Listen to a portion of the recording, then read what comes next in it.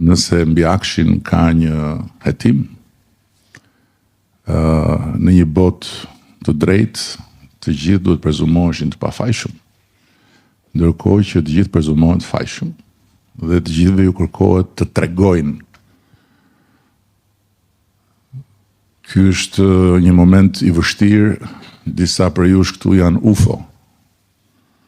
Janë njerëz që jetojnë me ekranin e kompjuterit dhe jam i bindur që mund të harrojnë të hanë për disa ditë. Dhe sigurisht që kur duhet përballen me këtë brutalitet të jetës reale, me drejt mund të ndjehen të çorientuar dhe të destabilizuar në proceset e tyre të punës. Por unë dua t'ju them një gjë. Në fund e drejta del. Ka një kosto, patjetër, kosto janë këto kushte mund të jetë dhe më lart, por del. Dhe për më tepër për ne është shumë e rëndësishme që ky institucion të vazhdoj punën. Ky institucion vazhdoj të jetë ai fari që orienton të gjithë lëvizjet e anijeve dhe tregon se ku është porti. Për sa i përket revolucionit digjital. Dhe unë dua t'ju inkurajoj për këtë gjë. E di që nuk është ky thelbi, por së bashku me ministrin jemi vendosur të ndërhyjmë në legjislacion dhe të bëjmë një rritje domethënëse të pagave tuaja, për t'ju thënë që ne ju kemi shumë të çmuar, ne ju kemi shumë të shtrenjtë, ne nuk duam që ju ta braktisni shërbimin publik, ne nuk duam që ju talentin tuaj ta vinin në dispozicion të sektorit privat, por ne duam që ju të besoni që ky është vendi, kjo është shtëpia juaj, këtu jeni ju zot shtëpia, dhe nga kjo shtëpi ju i shërbeni kaq shumë njerëzve, ju lehtësoni jetën e kaq shumë njerëzve. Ju bëni që kaq shumë njerëz të shërbehen me një shpejtësi që askush s'do ta kishte imagjinuar dot deri disa vite më parë. Dhe ky është i moment për të qenë solidar me njëri tjetrin, për të ndarë me thik atë që është një çështje që me cilën do të merret drejtësia, për t'u lutur të gjithë bashku që drejtësia të jetë sa më e drejtë, në ndërkohë që nga ana tjetër për të qenë një skuadër që shkon në të njëjtin drejtim dhe që projekton të njëjtat qëllime dhe që i gëzohet të njëjtave suksese. Ne duam që ky të bëhet një vend ku të tjerë të vinë, siç kanë ardhur gjatë gjithë këtyre viteve dhe jo të ikin. Unë pikëllohem kur dëgjoj histori njerëzish që kalojnë trauma. Unë pikëllohem kur dëgjoj që një nën me një fëmijë 2 muajsh pasi ka luftuar me kancerin për vite e vite të tëra dhe ka dashur të jetojë sepse ka dashur të bëhet nën, vendoset përpara dhëmbëve të një fytyre të verbër që nuk është verbëria e drejtësisë që gjykon drejt, por është verbëria e brutalitetit që humb gjykimin. Por duhet më besoni që nuk ka një rrugë tjetër. Po të kishte një rrugë tjetër, të jeni të sigurt që unë i pari do ta kisha marrë.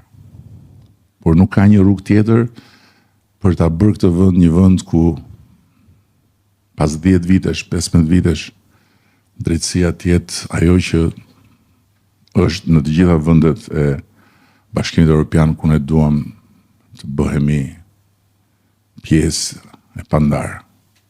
Patjetër do të kërkoj vite.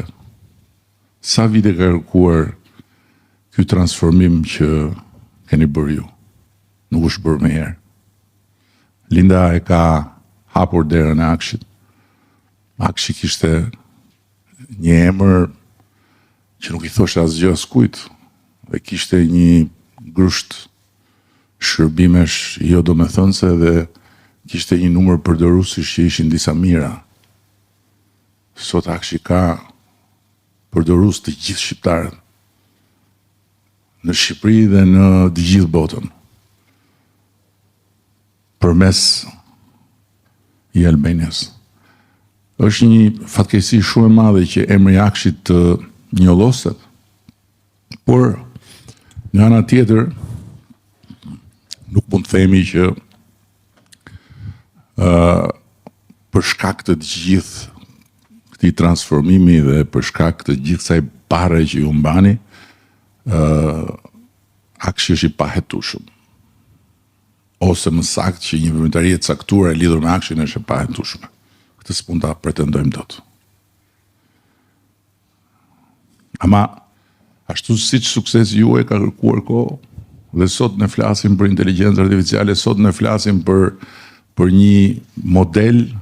Dje kemi qenë bashkë me Enion dhe me ministren dhe me drejtorin e ri në një Zoom me Nvidia. Dhe Nvidia është e gatshme të bëhet partnere për diellën. Të bëhet partnere me ne Nvidia për diellën. Çfarë është diella? Diella është një produkt i Enios, i Lindës dhe i të tjerëve këtu që punojnë me ta dhe që më falni se unë po njofta një qeros me qerosin lidhem edhe të tjerët nuk më bëjnë përshtypje. Është e paimagjinueshme.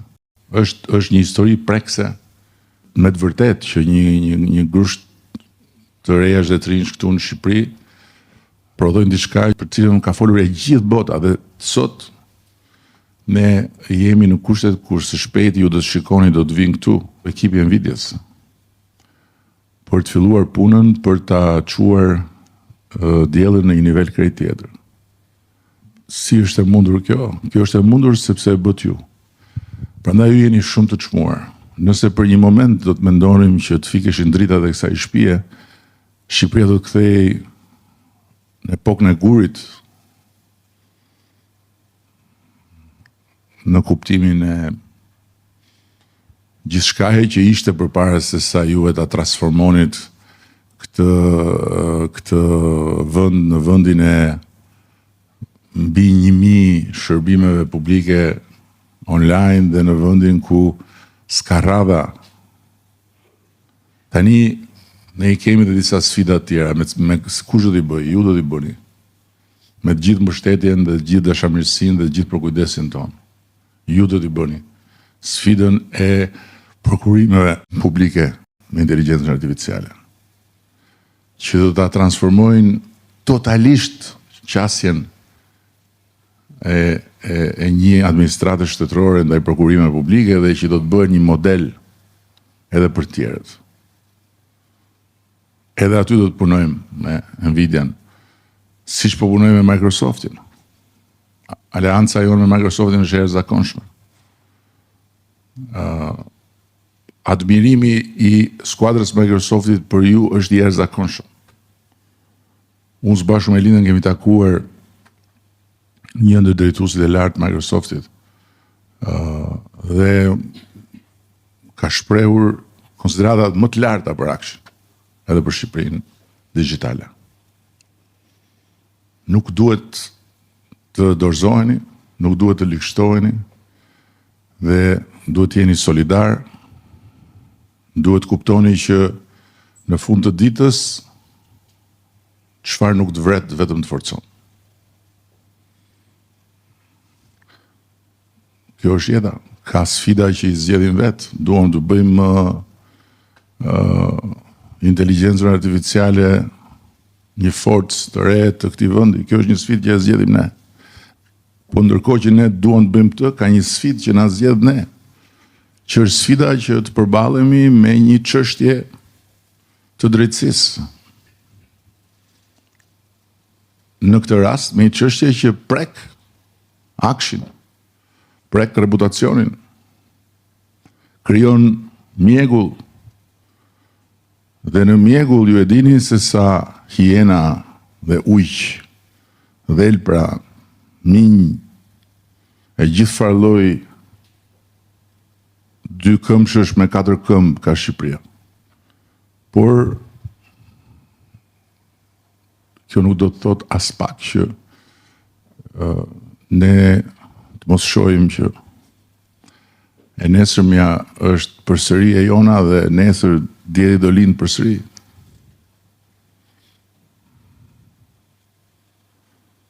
Unë erdha këtu për t'ju thënë të gjithëve ju që sinqerisht dhe realisht ju jeni një nga gurët më të pazëvendësueshëm të mozaikut të shtetit shqiptar.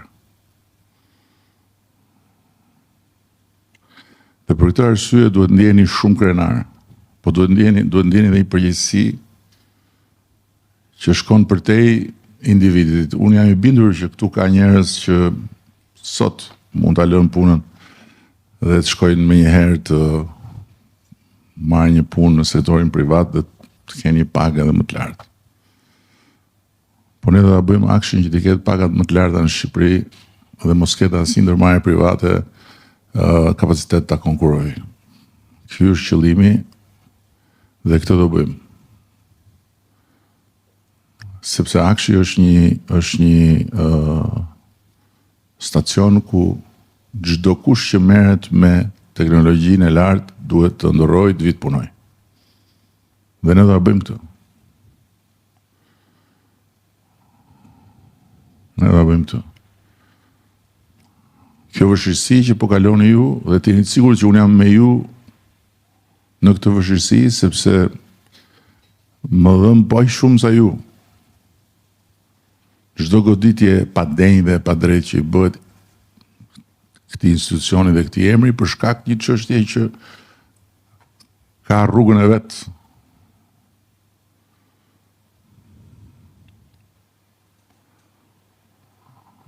Është absolutisht e pa justifikueshme dhe e papranueshme që një talent siç ka plot këtu në këtë fushë ku bota talentet si tuajat i përgdhel gjithkohës. Tani ju nuk dua të zjadem për Iglin, unë jam i bindur që ju e dini se kush është. Igli është një tjetër rekrut i Shqipërisë digjitale, i cili ka lënë misione dhe punë të tjera në vende të tjera, po ashtu jo vetëm në Shqipëri. Dhe ka ardhur të shërbejë në një moment shumë dramatik kur ne u sulmuam nga terrori kibernetik. Kapaciteti i tij drejtues, por jo drejtues në kuptimin e dikujt që thjesht menaxhon, po dikujt që është pjesë e juaja, sepse bën të njëjtën gjë, kupton gjuhën tuaj, kupton sfidat tuaja. Na bëri së bashku me ministrin që t'i kërkojmë të spostohet brenda të njëjtës godinë. Dhe unë jam shumë i kënaqur që Igli e mori këtë propozim si një detyrë, jo si diçka, jo si një ftesë për të shkuar në një fest, sepse nuk është e lehtë kjo detyrë në këtë moment, po e mori si një detyrë për të mos lejuar që gjithë kjo skuadër të ndjehet e pa drejtuar, edhe pse Romina me mundësit dhe kapacitetin e saj bëri më të mirë në gjithë të periudhë, por duke qenë pjesë e të njëjtës hapësirë traume, unë jam mirëkuptoj edhe vështirësitë që pati, por Romina do të jetë përsëri në pozicionin që ishte, bashkë me Iglin do punojnë së bashku edhe besoj që gjërat do shkojnë ashtu siç duhet. Mund të flisja edhe më gjatë, por ma hamendja që nëse ju ka marrë malli të dëgjoni fjalimet gjata nga unë, mund t'i gjeni shumë kollaj, ose prisni në një orë sa të dalë diku tjetër edhe. por realisht mund të vizja më gjatë sepse e kam realisht nevojshme t'ju them se sa shumë respekt kam për ju. Edhe sa shumë e vlerësoj atë që bëni ju dhe se sa shumë të rëndësishëm jeni ju për këtë vend. Është njësia më speciale e Republikës së Shqipërisë së bashku me njësinë e mbrojtjes kibernetike. Kështu që detyra juaj tani është të shtrëngoni radhët dhe të fokusoni tek punët e mëdha që kemi planifikuar, tek produktet e reja që kemi ndërruar dhe për cilat po punoni. Dhe detyra ime dhe Delinës është që një orë më parë t'ju sjellim në bordero paga më të larta.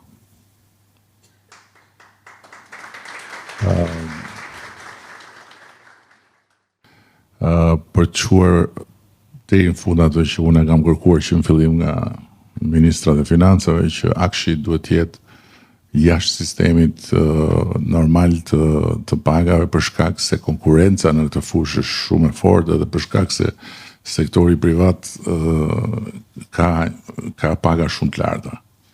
Dhe ne nuk mund t'ja lejojmë vetes që në këtë institucion mos kemi më të mirët.